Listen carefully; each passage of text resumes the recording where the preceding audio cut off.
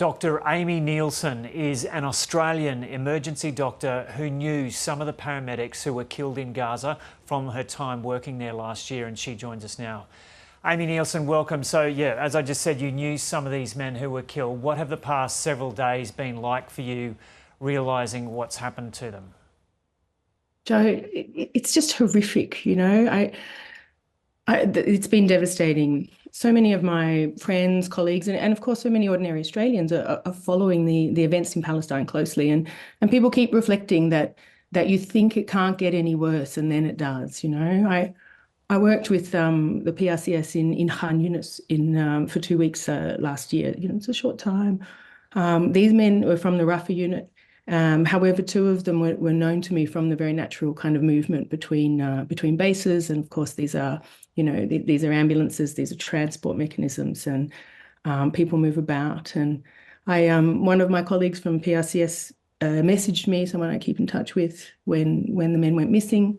He updated me again when they were killed, and I was also sent the video that you're showing small amounts of, and it's been this sequential horror that I think is, we are collectively experiencing, and it's utterly heartbreaking.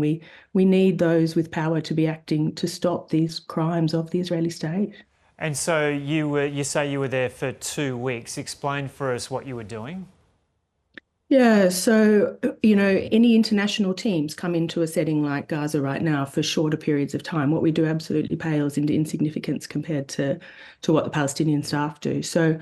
So I was part of a WHO emergency medical team that we were called a trauma stabilization point. So we're there pictured at, what's pictured there on this tennis court with tents set up. And we was there primarily to see trauma, but as it happened, this was a time of less shelling and less military violence. What we saw a lot was the impacts of the humanitarian siege on Gaza, which at that time was partial and is now actually complete. There is, again, highly illegal that there is no basic supplies, water, food, medical supplies getting into Gaza, and this is at the behest of the Israeli state. So we saw a lot of normal medical problems, what I would see here. Diabetes, infections. We also saw fresh trauma from people being in, houses that were falling down. There just was no safe place to live.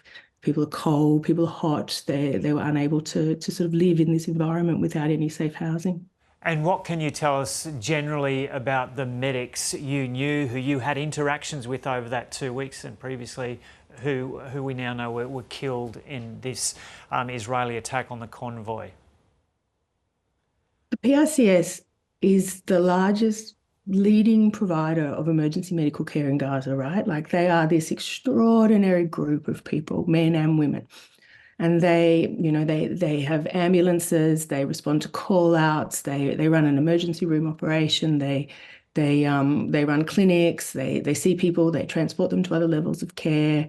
And they do this day in and day out. They do this with this extraordinary energy and this goodness and this kindness.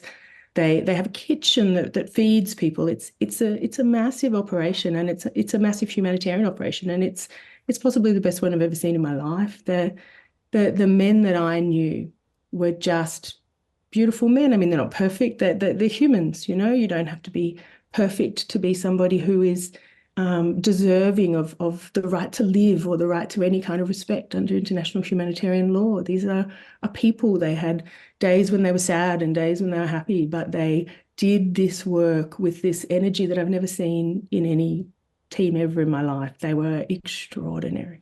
And can you remember any particular interactions you had with them individually?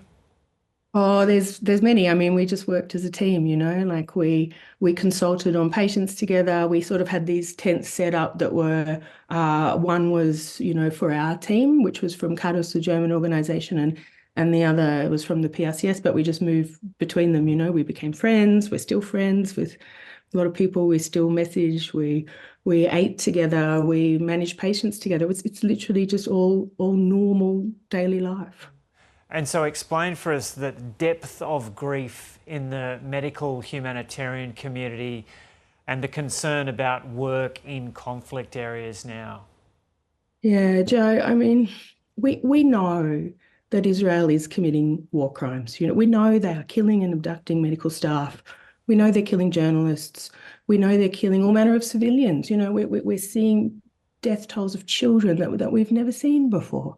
And these are happening with the impunity of the West, right? Now the laws of war have never, so international humanitarian law or laws of war, these have never been solely or like even primarily about being prosecuted in retrospect. These are about negotiated access to areas of conflict, to the need to meet the needs of civilians and to meet, for education, for healthcare, for food, for anything.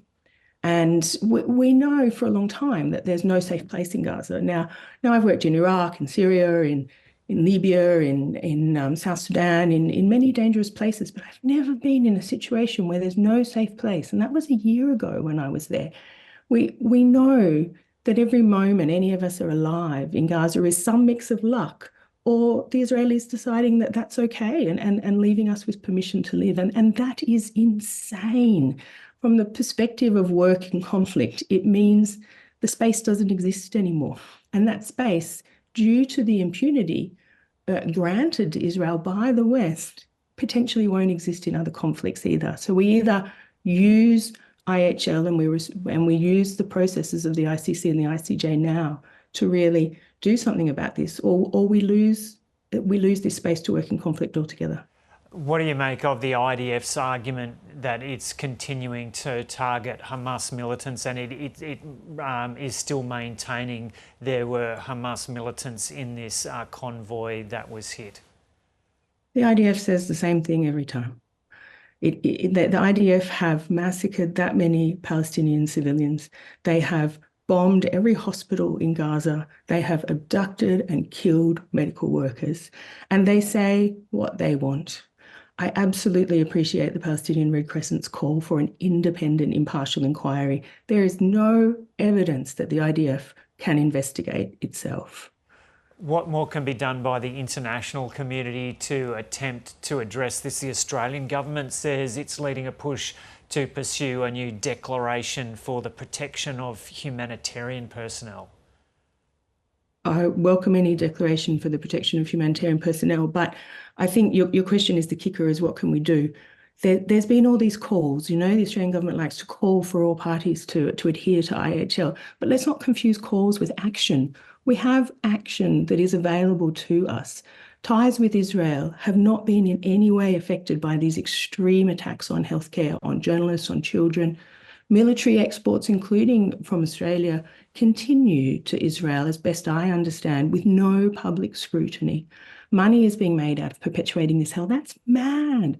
No sanctions have been placed on Prime Minister Netanyahu and his war cabinet. I mean, the Australian government, if they're determined to uphold their own responsibilities under international law, could be intervening on behalf of South Africa in the case against the state of Israel in the ICJ, and that has not happened. So I think there are mechanisms that are available to us, and we need to use those and enforce the laws that we do have there. Okay, Dr. Amy Neilson, thanks for talking to us from Tasmania. Thanks so much for having me, Joe. I appreciate it.